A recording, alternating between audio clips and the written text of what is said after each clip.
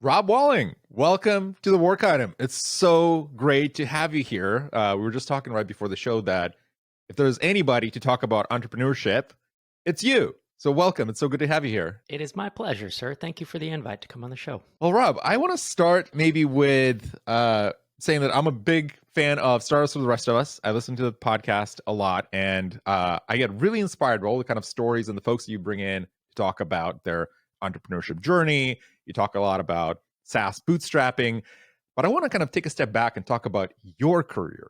What got your interest kind of sparked in entrepreneurship and building companies? I think it was my desire to have freedom to work on what I wanted to work on. I really struggled to adhere to other people's agendas. And so when they said, go and write this code to build some system that processes credit cards or whatever, it just was, I was like, what am I going to be doing this in 10 years? Like, is this really what I want to do? That was it. So freedom, right? I often talk about freedom, purpose, and relationships from bootstrapping. Freedom was what I sought first. And I saw that I could hopefully attain that through entrepreneurship. Freedom as the motivating factor, but transitioning from being employed, because you were an employee before, like you did not, go right from college right into kind of the That's entrepreneurship. Right. So it was kind of that chunk of like going from traditional career path, what everybody kind of expects nowadays, to something that you wanted to do yourself, like start a company, and we talk about like drip, hit tail, like a lot of the work that you've done. Was there any kind of pivotal moment that nudge you and say, you know what, like this is it, I just don't want to do this anymore, I'm going to go start my own company? Because inherently, like, to me, this sounds like a very risky endeavor. It can be. And I was so risk averse that I only did stuff nights and weekends. And so I kind of wish that I had either had just the internal fortitude to be willing to go start a company. But really what I did was I did these kind of, again, nights and weekends hobby projects it took from the time I graduated college until, and when I graduated college, I wanted to work for myself, but I had to go get jobs to pay the bills. So from that time until I basically was self-employed or completely independent on product income took me almost 10 years. And that just sounds shocking in today's, right? You think about today, like the indie hacker dream and all this, you can do it way faster. There's a bunch of reasons for that. There's a lot more people doing it. There's a lot more opportunity. There's social media. There's all these channels you can get there. But I got married pretty quickly out of college, and I had responsibilities. Like we had a mortgage that I had to pay. My wife was in grad school. So I didn't feel like I could take the leap. And maybe that was just an excuse when I look back on it. But I did nights and weekend stuff for years and years. And it wasn't until 6 or 7 years after graduating that I finally had like that $1,000 a month hit, when I was like, oh, this exists. Because think about, I'm a little older than you. So this is like 20 years ago. And 20 years ago, there was it was 19 years ago. There was exactly one person I know that was blogging about kind of micro SaaS bootstrapping. And it was Eric Sink from, he had Vault and SourceGear. And then it was me in 2005. That was it. And then Patrick McKenzie, Patio 11 came in 2007. Peldi Gilzoni was 07, 08. Jason Cohen was 09. He wasn't about solo, but he was about bootstrapping. It was so desolate and there was no information on how to do it. And that was a motivation for me to figure out, I'm going to make this work. Like I'm going to do it. But it took me a long time because I had no one to learn from. And so I had to borrow from, to be honest, what I did in the early days was borrow from internet marketers that had a lot of sleazy crap that I didn't like. They had tactics, the real heavy, the marquee tags and the flashy buy now, or it goes up in price or whatever. But I took what I felt like. Their copywriting is still good though. Like conversion copy is good, and split testing and SEO and AdWords. They were doing all that stuff. And I learned from them. And then I said, how can I apply this to ethically software that I feel good about selling? Right. So I had an invoicing software package was my first thing. Was there any part of you that wanted to kind of de-risk that transition? Because for somebody to say like, oh, quit your job and go start your company, like that seems like a bold move. And like, what if it doesn't work out? You start getting those kind of thoughts of maybe like self-doubt, or like, is this the right path? And especially for things that are financially dependent, right? Like you said, like if you have a family, you have kids, you have a mortgage to pay, going from a FANG job that pays you like, I don't know, however many $1,000 a month to something that's like, oh, maybe it's like $1,000 a month for now. Yeah. That's a big drop. Yeah. And that's why I encourage people to do stuff on the nights and weekends and to not quit the day job until you have enough confidence in yourself and enough income to at least feel like, I'm on a path to it. I call this the stair step method of bootstrapping or the stair step method of entrepreneurship. People can Google that. And obviously my blog post for it ranks number 1, but it's basically like start with a smaller effort. And look, in the blog post, I stick to software and I talk about building like a Shopify app or WordPress plugin. But the original talk that I gave that blog post is based on was actually at DCBKK, the Tropical MBA event. And in the original talk, I talked about having a small e-com site or an info product like a course or an ebook, or, it doesn't have to be software, but it's just something small that like you're cutting your teeth, because the first time you launch something into the internet is very, very scary and you don't know anything. You don't know how to do copywriting. You don't know how to support. You don't know how to charge. You don't know when to give refunds. You don't know how to market. You don't know how to do sales. You don't know how to create the product. I can go on and on.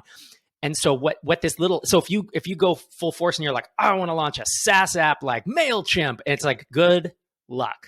You have to work up to it. And that's what the stair step method is. So if someone's listening to this and they want to be an entrepreneur, I'd say, go read that blog post and then think about what's a small thing that you could launch in the next few months with your expertise. Again, maybe it's an ebook, maybe it's a video course, maybe it's software, but keep in mind, don't shoot for the fences. Don't try to think, my entrepreneurial hero XYZ, I can name, it's like Jason Cohen, Heat and Shaw. I don't know if your audience knows these people, but like I could say, I want to launch what they're doing today, but it's like, no, you're not there yet. They are major league professional ball players. You're in little league, and that's okay. You need to work your way up and train, and it will likely take months/years to get where you actually want to be. But if you do this path, that's where I say, it cuts a lot of risk out, right? Because you're taking small steps along the way. You're gaining confidence, you're gaining experience, you're getting some income. And frankly, if you do have a spouse or significant other, they're gaining confidence in your ability. You're not like jumping in 2 feet being like, hey, I saved up $50,000. I'm going to now take a year and just burn through that with the hopes that but that was our house payment, right? Versus like, hey, I've been making $2, $3, $4 grand a month from this little side project thing.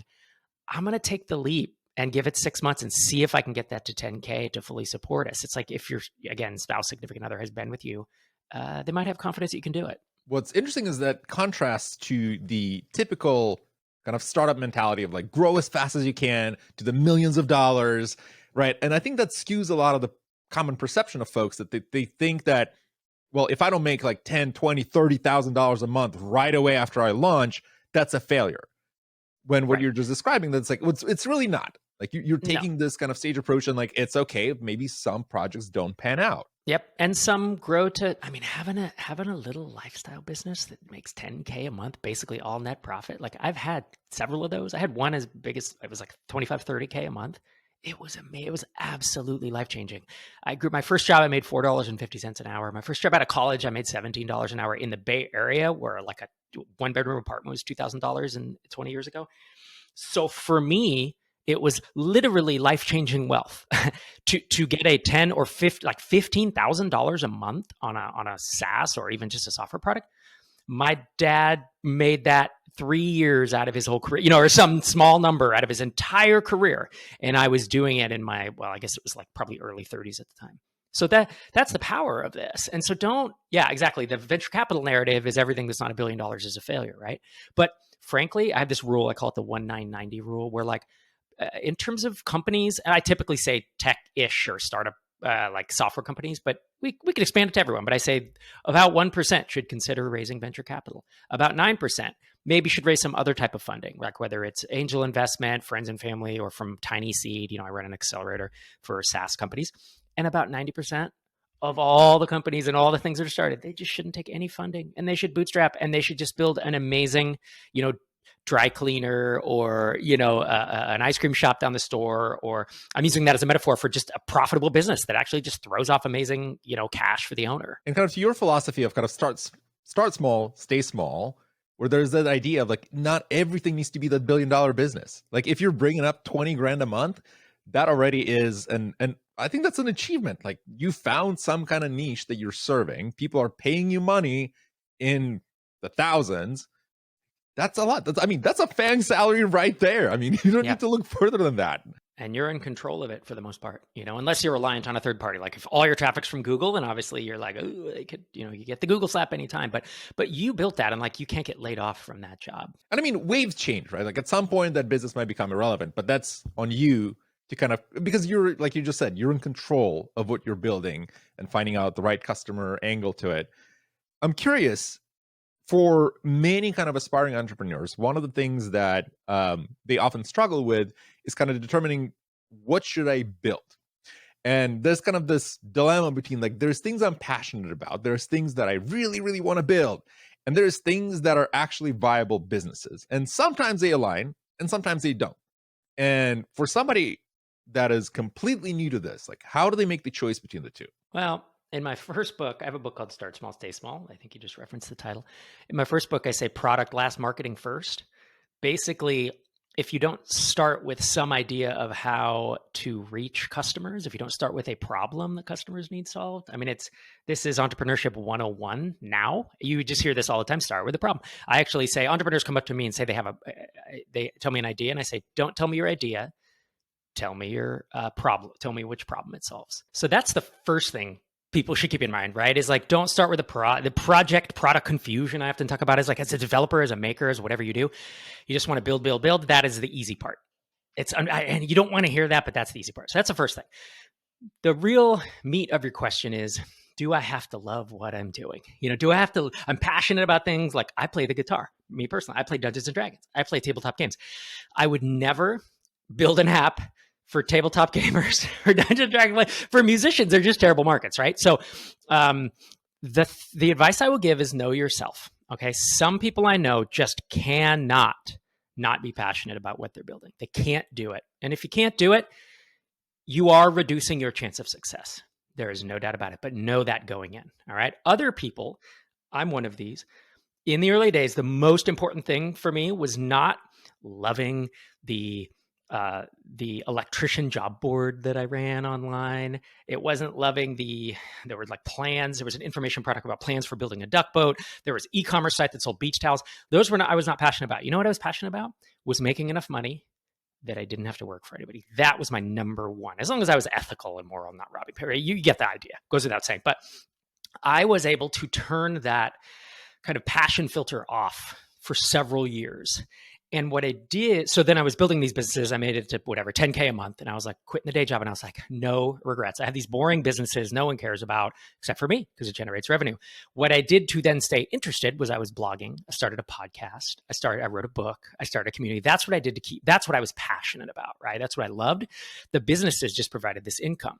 Then I had the luxury. I owned all my own time. So my next thing, you mentioned earlier, but it's Hittail. It was a SaaS app that was a long tail SEO keyword tool. I was actually pretty passionate about SEO in those days. And so that was really filled an interest, gap in me. And then Drip was email marketing. And I really have always used email marketing and liked it. So that was fun too. So that's what I'll say is normally, if you want to maximize your chance of success, then yeah, put the passion aside and go after markets. But some people just can't do that and they'll be miserable the entire time. And I would never tell someone to be miserable. Realize though you are, in my opinion, reducing your chances of success. Yeah, and especially what you just called out, that you were interested in building out that capital for your own freedom. And I feel like for some people that can be that roadblock of saying like, well, I can't just be in it for the money. And the question is, why not? Why not? Like it's okay to build a business for it to be a business. Yeah. You produce revenue. Exactly. And profit to provide you as the owner with a lifestyle that you want. Now, I have some friends who say, billionaires shouldn't exist at all on the planet. Like it's unfair. And that's a whole other topic. That's not what we're talking about here. We are literally, because people will equate being a billionaire with being an entrepreneur. And someone's like, all business people are liars and cheats. And I was like, what? I know thousands of just super honest people like you and I. Like I'm an entrepreneur. I've started business my whole life, and like I provide something super valuable to people that they think is worth paying for. Like how's that wrong to want to make $10,000 a month to support me and my family, or to make frankly more than that at a certain point. So there's a good degree then of assess the problem space you just mentioned, because a lot of people start with the project, and that's the wrong way. You can get lucky. Maybe you found struck gold somehow. But more often you'll be wrong. because you basically started a project, you thought that you were passionate about it, you launch it, and then it's like nobody actually cares about it because it's, you were the only one with the problem.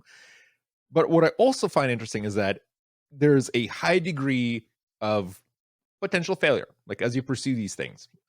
In your own experience, as you started, like you mentioned, the electrician job board, and then went to Hittail and Drip and all the other projects.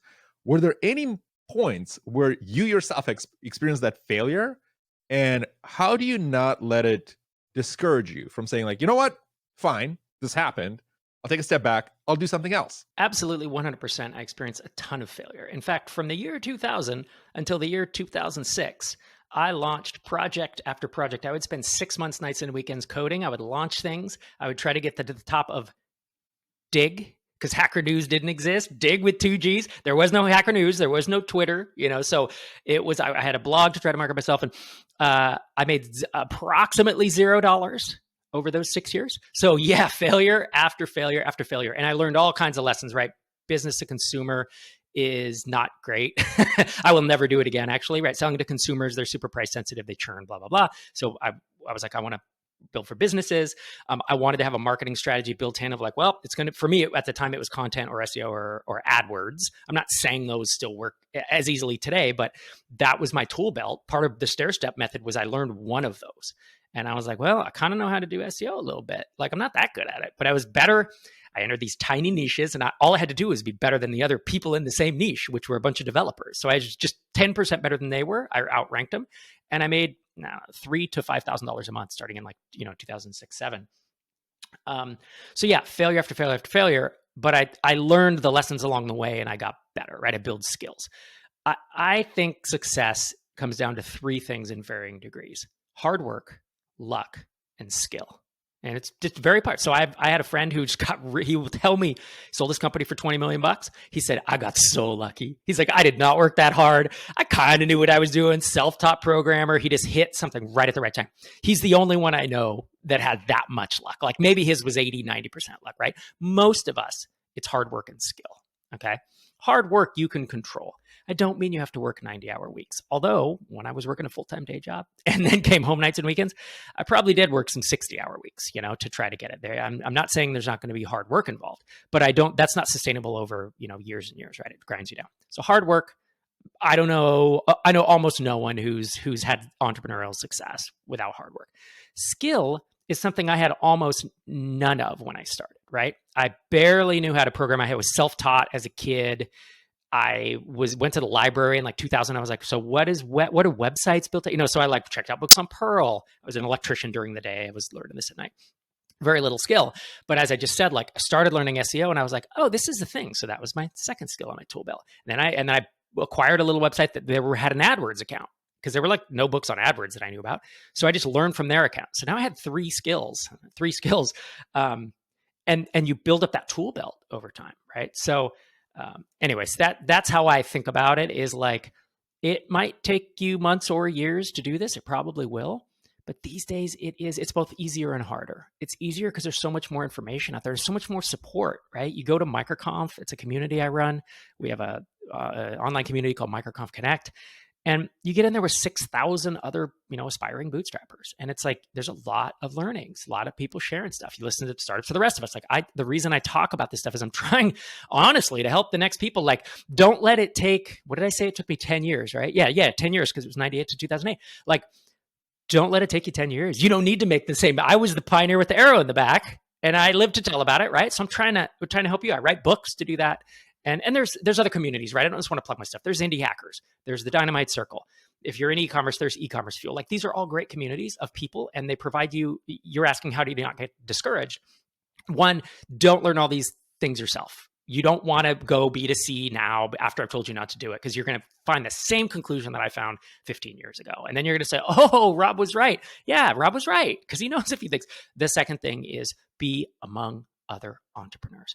Your uncle, your spouse, unfortunately, at least in my case, your parents, your friends, none of mine were entrepreneurs. And so that was the most discouraging part, was them watching me fail and saying, why are you spending all this time doing this instead of hanging out with friends and going to happy hours? And it's because I want to be free one day. I want to have that freedom to work on what I want. But if you're around other aspiring entrepreneurs and other successful entrepreneurs, there's a reinforcement of like, no, we're all misfits. We're all crazy together, but we're all the same type of crazy. So don't be discouraged, And you can you go to Indie Hackers or MicroConf and you'll see a post like, I just spent 6 months building this, it completely tanked. And people chime in and they're like, you know what? Here's a way to salvage that. Or how can I help you? Or you know what? Take a month off and then take another crack at it, And I think that support is quite helpful. And for folks that are not familiar, like a B2C product, it's building something like, I don't know, like a social network clone for like the general consumers, some kind of app for the general consumer that's not necessarily tailored to a specific audience, right? Not selling to businesses specifically, right? So like I can build, the famous one that everybody tries to do is to bootstrap a two-sided marketplace, which is like, I'm going to build Uber, but for finding people to play basketball with on courts, around the city. And it's like, that's a problem people have, but no one's willing to pay to solve it. And it's just there's not enough big enough market that you can make any money at it. Or even like scheduling Dungeons and Dragons games. Like I've seen apps come around where it's like, they're just very hard businesses to make versus what skill do you have in your day job or maybe in a hobby that you think could be valuable to a business, right? And so if you're a developer during the day, I don't know, is there a business or at least a prosumer, we often call it, where it's like, if you're a developer, can you write an ebook on or record a video course about how to do some really specific thing that you're really good at with DevOps or whatever, and then release a course? And I realize that's not directly to businesses, but like developers will pay for education, right? Pay $50 or $100 or whatever. So let's talk a bit more about the hard work, skill, and luck trifecta. So let's start with maybe hard work. And one of the things that entrepreneurs often struggle with, or even folks that try to get into entrepreneurship, is balancing of all the things, like you said, like nights and weekends. But what if you have a family? What if you have kids? Like, how do you, like, what's your recipe for finding time and saying, this is my like sacred time, don't interrupt me, I'm working on the company for like X hours? Like, how did you approach that problem? So I'll tell you the real secret. And when I tried to preach for the first several years, when I started blogging and podcasting and writing, it's don't build something, just go buy something. Go buy something that has just enough success that you skip that first 12 to 18 months of grinding and uncertainty and 3 or 4 false starts that don't work. You have something that's at that single digit thousands per month. There's something proven there, right? Thing is, nobody wants to hear that. Nobody wants to do that. And I found more success early on buying things than building. And then as I built that up, then I had the time to do the building. But that's my advice. No one will take it. The reality is, I did nights and weekends for years. And I have seen a few different approaches to this. So one, I know someone who who was single and saved up 2 years of living expenses. So like he could live on 40 grand a year. He saved up $80,000 in cash and then just quit his job to do stuff. And I chuckle because I never had the ability to do that at all. I didn't make enough money. I had expenses from the time I was young, blah, blah, blah. But it is a path, right? The other one is I see some folks that are supported by a spouse or significant other. They make a deal, they quit the day job, they set a timeline. Hey, in 6 months, if I don't have X amount of revenue, like I'll go back to work, right? But the third one is what you're saying. And it's by far the most common of, I have a day job, I'm going to do nights and weekends. The first thing that I would look at, and it's something I didn't do until later, was I actually started, I was a high performer at my job. I was a developer and then I was a development manager. And the further I got into making money from products, and there was some consulting in there too, high paid, which was nice. I went to my job and I said, I don't want to work full time anymore. I'll still come in 4 days a week. And they were like, I don't know how that'll work. And I was like, okay, then I'll just quit. And they're like, okay, we'll do 4 days a week. So I started, and then I went to 3 days a week at a certain point, and they were like freaking out, but I was like, I wanted to buy myself time. But that was once I had some other revenue coming in, right? And could cover it. Or if you don't need the full amount to live on. The other thing was, of course I had an office with a door that closed. We had that luxury. Although I didn't we had our first kid, and we had this tiny, tiny little house, and I actually had just a desk in a living room for a very long time, staring at a wall, and you just do it, right?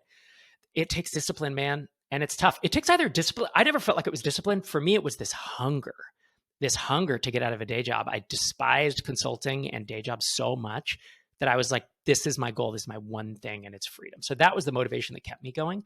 Other people are motivated by different things, right? Other people might be motivated by the challenge of it, or they are just a disciplined human who just is willing and able to show up every night for 2 hours and do it 2 or 3 hours, and then frankly, 6 or 8 hours on a weekend or whatever. It's tough. You have to talk to if you have a significant other spouse, you have to have this conversation. You can't just start doing this because you will fight about it. Like, you have to I'll say, like, kind of get permission. It sounds weird, but like, have an agreement. Have an agreement, because you are investing a lot of your time and or money into something. Help them understand. In fact, my wife and I wrote a book. Dr. Sherry Walling, she's a clinical psychologist and a founder and CEO coach, entrepreneur coach. We wrote a book called The Entrepreneur's Guide to Keeping Your Shit Together. And one of those chapters is called Onboarding Your Spouse. And it might be called like Onboarding Your Significant Other. But the idea is, we know what onboarding is in SaaS, but like, the idea is to get that person on board with where you want to go. And then it's just a bunch of ways. If you don't do that, there will be a lot of fights and conflict around it. Right. And especially because you're partners for life. Like, why not involve your closest partner in a decision like this? Yeah. That makes a lot of sense. For the skill part. So that's something that I really admire about you, and that is you have this kind of mix of different skills. Like, you're not just a developer. You're good at copy. You're good at marketing. You're good at communicating. And you kind of alluded to it, you hinted at it earlier, where a lot of products that exist today, like, you look at them and be like, okay, clearly a developer built it with like no other skill set ever attached to it, not UX design, nothing.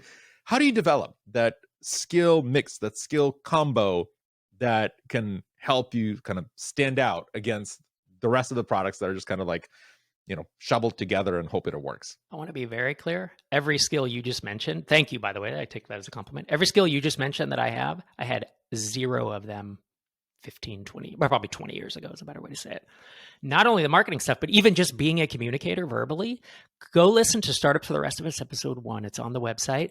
Catastrophic. But you know what I'm going to ship next week? Episode 700 of that podcast. So how do you think I got better? I got better by showing up every fucking week. And it's the hard work leads to skill, competence in something, right? So I'm not saying you have to ship 700 ebooks in order to become a better copywriter, but what I am saying is it starts with a couple things, right? It starts with some repetition. You have to put in the work, just like if you were an athlete or if you did well in school, whatever you've been, a musician, whatever you've been good at in your life, nobody picks up a violin the first time and plays it well, right? It's repetition. But there can be repetition of like, I'm just banging my head against a wall, like just doing the same thing over and over doesn't get better, right? So the thing that I found that helped me the most was the necessity and the realization that I wasn't good at something. That's the first thing. If you're just like, oh, here's my copy and my design, and you throw it out and it sucks, but you don't realize it sucks, you're never gonna, right? You have to develop taste enough to realize, ooh, that's good copy, that's good design. Mine is not. Don't beat yourself up. I haven't put in the hours. So how do I get better at that, right? So I would then, honestly, I spent so much library, I was going to say money, it was more library book time on books about copy. And then once I had money for my products, I would go and I would buy the courses or the ebooks, like copy. If you've heard of Copy Hackers, there's Leanna Patch teaches copywriting. Like, that's who I would go to today to get better at that. And I would read it and be like, oh my gosh, isn't that, it's not a dark art. It is pretty logical of how you do this stuff. There's frameworks and there's this and that. For SEO, I would go to Ahrefs and I would look at because they have these amazing blog posts and courses, or I'd buy a course. Like, don't be afraid to spend money on, here's the thing. People buy 5 courses on 5 different things. Nope, too much. Just-in-time learning. What do you need to know to launch that next thing? You probably need to know a little bit of design, or hire a designer, or use a good template. And you probably need to know a little bit of copy, or hire a copywriter, which I wouldn't. I would just learn it as a developer. And it's that type of thing. Like, you only need a couple things to get that out the door. And that's what I do. I reading books, watching courses, whatever became my way of getting better at these things. And then there's the third component that we talked about, that is luck.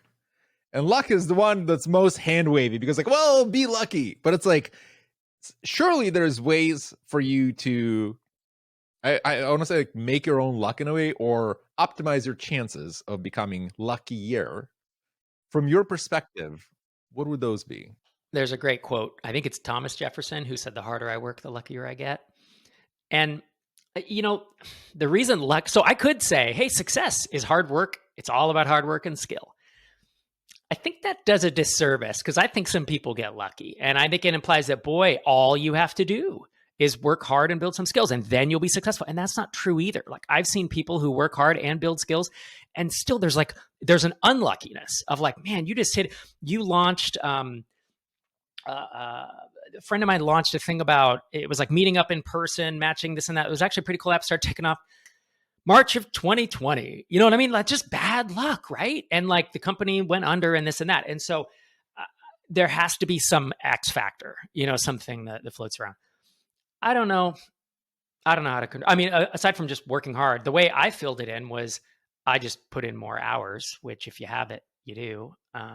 But I do think that looking at, some people have unfair advantages that they may or may not know about. And some people, the unfair advantage could be that your spouse is willing to support you for 6 months.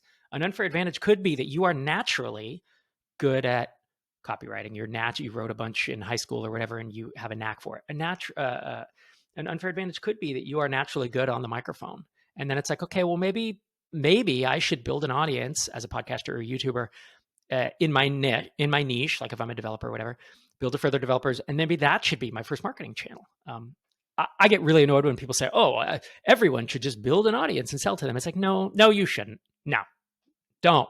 No, not unless there's a bunch of there's more reasons not to do that than there are reasons to do that. By the way, it's interesting because you just mentioned something that I just had a conversation last week about. It was like, well, if only I get like 20,000 Twitter followers, they will all be clicking on whatever I post, and like I can start a business. It's like, yeah, but like, are they really though? Like, are all your Twitter followers really going to become your customers? I don't think so. Nope, they won't. And that's the problem with this is the people saying build an audience first and then build a business. It's like, can that work? Sure. But the people telling you that are really good at building audiences.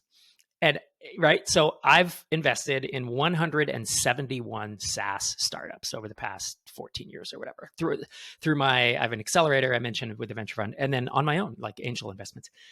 And I ran the numbers one time and it was 4%, maybe 4.5% of those had any type of notable audience as they were, not even just when they were getting started, but even as they scaled.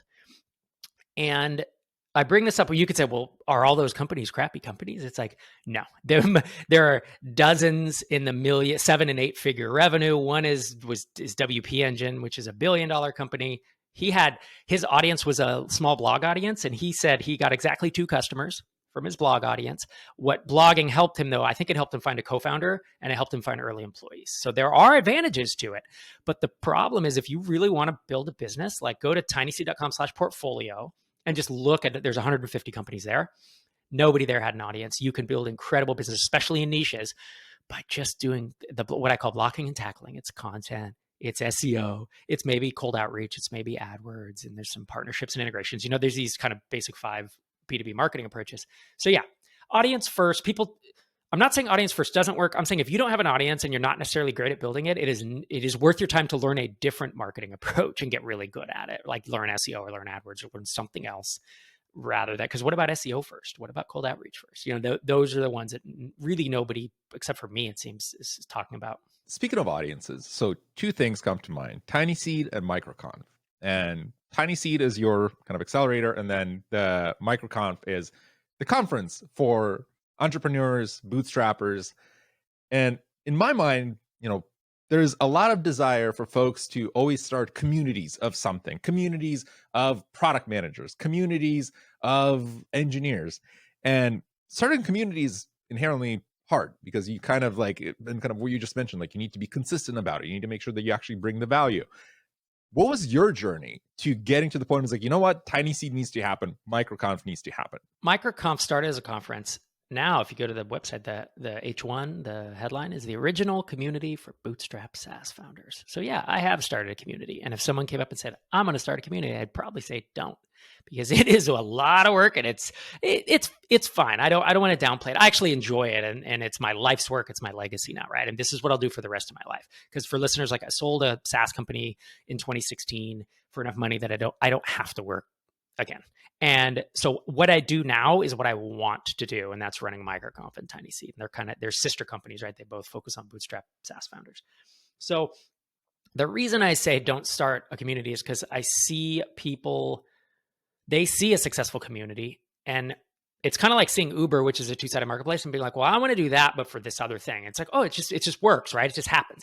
But no, it's like, so first, to build a community, usually everybody I know who's built a community, who's bootstrapped one, first built an audience. You have to start with the audience, have to strong, but pretty much, 95%, you start with an audience. So you're either blogging, you're podcasting, you're tweeting, you're doing whatever. And the difference, of course, between an audience and a community is that the audience only knows you, the community knows each other, right? Somehow you either get them together in a room or in a virtual space like Slack or MicroConf Connect or some other, there's Circle and all Facebook groups and all that.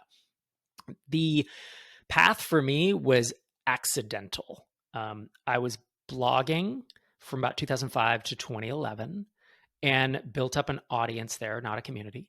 And then I started an online kind of education. It was basically marketing for developers is really what it was. It was as a precursor to MicroConf, but it was a membership site. It had forums and it had education because there was no kind of, again, like I said, everything I was taking was from info product marketers. And so I started building a little bit of a community there, but it was janky. So then in 2011 started MicroConf as a conference. And that was the first time we got like 100 people together in a room. And then it was like, oh, there's so much value in them meeting each other, right? But then it was just a side project hobby. I was running software businesses during the day, for years. And it wasn't until I sold and then stepped away in 2018 that I realized, oh, this hobby project, MicroConf, and startups, the rest of us kind of in tandem, these things are really changing people's lives. Like people come to MicroConf and they start a business, and a few years later, whatever, some it's the next year and some it's 7 years later, their lives are changed, and I get these emails of like, we've never met, but I've come to MicroConf and I now have enough money that like my family, like I'm going to go live in Taiwan, which is where I grew up. I never thought that I could get back there, but I don't need a job because I'm self-employed, I'm independent, product income. So that's when I realized this is what I want to do for the rest of my life. That was the moment. So it was 2018, and that's when I started Tiny Seed, right, with a co-founder. MicroConf had already existed for several years, but there was no funding. There was no bootstrapper-friendly funding, which sounds like an oxymoron, but whatever. It's money that we give that's kind of bootstrapper-friendly, so you don't have to go on the venture track. And that's how that came about. So back to the why running a community is hard. It's a lot more work. It's people. It's complicated. It is not, I would say, not as easy to monetize. It's just a B2B tool or an info product or a course. So I would just do it with caution. Like take the steps. If you notice what I did, I had an audience for years and years before even thinking about dabbling into a community. And then it was just in person once a year for a long time. And we didn't even do a virtual, like a Slack channel until I think 2018 or 19, so it was almost a decade after we founded it. And so in the context of MicroConf specifically, was there anything similar to it when you started? Like, were there any alternative communities like that? No. And we were before, these days you might say SaaStr is an alternative. That's a venture-backed, SaaS thing, but that didn't exist. No.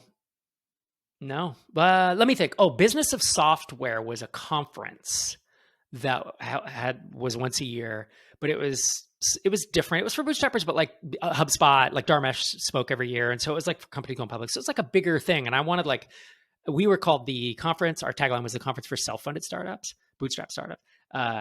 No, there was zero. There were no communities that I knew of. And there were certainly no in-person events.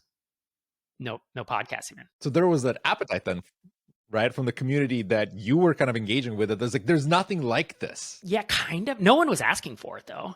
No one. I'm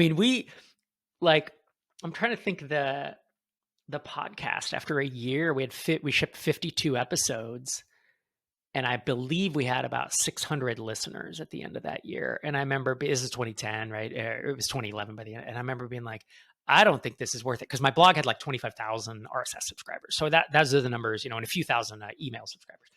So those are the numbers I was used to. I was like, this is a lot of time, man. I'm not sure this is worth it. No one was saying, let's get together in a room. We just decided, let's try it. At the time, I say it was a podcast co-host I had at the time. And it was worth it. Although that first one almost crashed and burned. We wanted to sell a couple hundred tickets. we only sold like 65, 70, and then started like giving tickets away. Almost lost a bunch of money on it, but turns out we barely broke even. And look at it now. I think that you came a long way. It's crazy. Yeah, it's a 7-figure, revenue. I almost said ARR, 7-figure revenue business, and we do, I don't know, we did 8 in-person events last year. We have an online community. We do a state of independent SaaS report. Our YouTube channel is actually, if folks want to learn about bootstrapping, like that's the place to go. MicroConf.com/YouTube. 52 videos a year there that are just pointed, 10-minute, like dive in on this topic. So it feels good, man. It's like, again, I keep saying it's my legacy, which may sound weird, especially if you're younger, but like I'm getting older and I've done a lot in my life. And the things I'm doing now, I'm doing because I think they make I think they help people. I think they make a world a better place, as much BS as that sounds. But like my personal mission is to multiply the number of independent, self-sustaining startups in the world. That's it. And that's become the mission of MicroConf and Tiny Seed. And hopefully they continue to do it even after I decide to ride off into the sunset, which is going to be a while. It's going to be a while. And I know that personally I was inspired by, again, the work that you're doing. And after this conversation, I'm like, I think I can pull it off. I just need to work harder on it. And yeah, or get lucky. Yeah, or work harder or get lucky. Yeah, whichever comes first. I think hard work is going to pay off. But I love the conversation. I think this packed a punch, and I want to wrap up the show on one question that I ask of all participants, and that is, if you would think of one piece of unconventional advice that you'd give somebody that wants to follow in your footsteps, they listen to this episode, they say, Rob, I want to do exactly what you do, maybe not on the same path, but like I want to start on that. What would be that piece of unconventional advice? I'm not sure. Unconventional is it's to first learn the rules, then master the rules, then learn when you can break the rules.